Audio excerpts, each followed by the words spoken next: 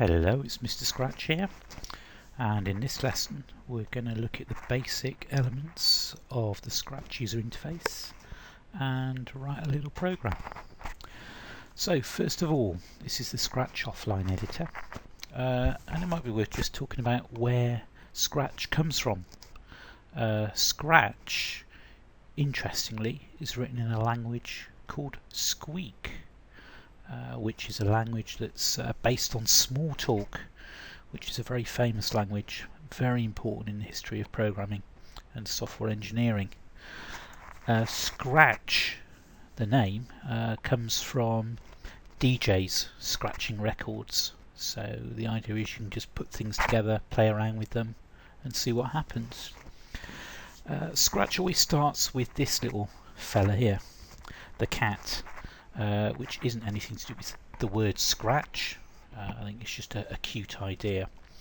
And as the language used to build the original version of Scratch was called Squeak, goes quite well with cat and mouse. Now, quick look at the user interface. Here we've got the stage, and this is where all of the commands and code and characters appear and play out. The stage can be small as that, or you can make it full screen by clicking on that icon there. The program acts on characters called sprites.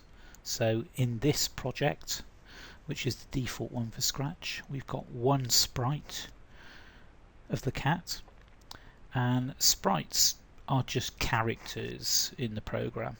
That's all they are. They're called sprites because sprites have always been used in computer graphics, and originally they were a small graphic that could be drawn and moved on the screen without wiping out the background.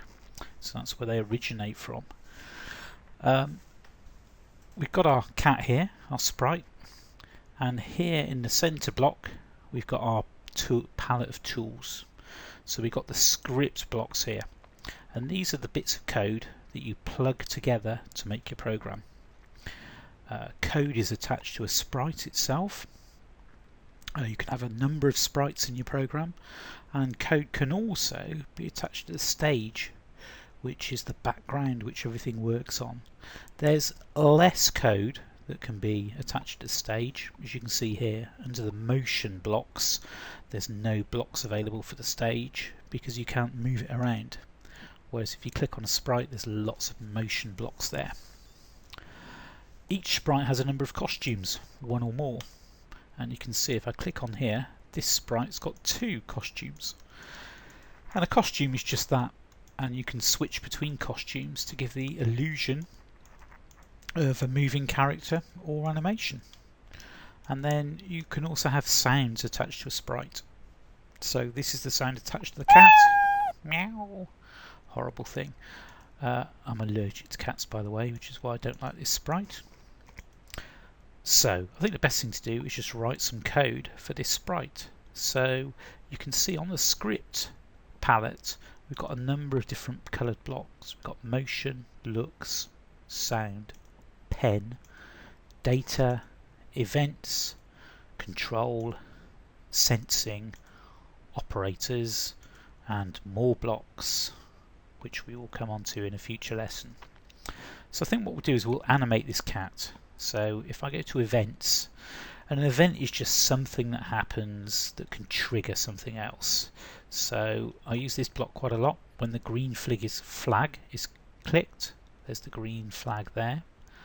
And what we're going to do when the green flag's clicked is we're going to change the costumes to give the illusion of animation. So go back to scripts, get a control block of forever, and what this is a block that can contain other code blocks. So what this means is when the green flag's clicked, do everything in there forever. So if I go to looks and get next costume, let's see how that code works. I'm going to click the green flag, and there you can see the cat is animating a little bit quick. So what we'll do is drop a wait command in there, wait for 1 second, a little bit too long, so make it 0.1, and you can see now the cat's running a little bit more. The good thing with this is you can change code, drop it in, and you'll see it taking effect straight away. So I think what we'll do next is let's make a noise. So let's play a sound meow, and we'll do that at the very beginning when the green flag is clicked. We don't want to put it in the middle because it would just keep playing the sound over and over again, but we can put that in, see what it's like if you like. Yeah, not very good, so we'll put it at the top there. Now I'll press the red block to stop it and we'll run the program again. And there you go, there's our first program. We've done some animation, and you can see if you click on costumes you can see which costumes being displayed at any one time. There's the script we've used to actually make that work, and that's it for today. So I'll see you in the next video where we'll do some user interaction.